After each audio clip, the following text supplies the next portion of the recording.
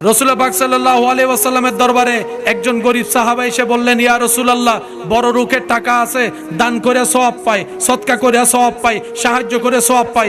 আমরা গরীব, একবেলা আনলে আরেক বেলা খাবার ফুরায় যায়, তো ওরা তো টাকাওয়ালা, দান করে সওয়াব পায়। আমরা গরীব, দানও করতে পারি না, সওয়াবও পাইতে পারি না, সদকাও করতে পারি না, সওয়াবও পাইতে পারি না। তারা তো আমাদের থেকে আগিয়ে থাকবে, আপনার উম্মত তারা আগিয়ে থাকবে, আমরা পিছিয়ে থাকবো। ইয়া রাসূলুল্লাহ, কোন একটা ব্যবস্থা করেন না। সাথে সাথে প্রশ্ন শুনে নবী রাহমাতুল লিল আলামিন একটা মুস্কি হেসে দিয়েছেন। সুবহানাল্লাহ।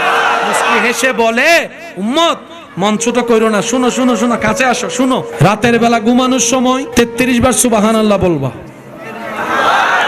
33 বার আলহামদুলিল্লাহ পড়বা, 34 বার আল্লাহু আকবার পড়বা।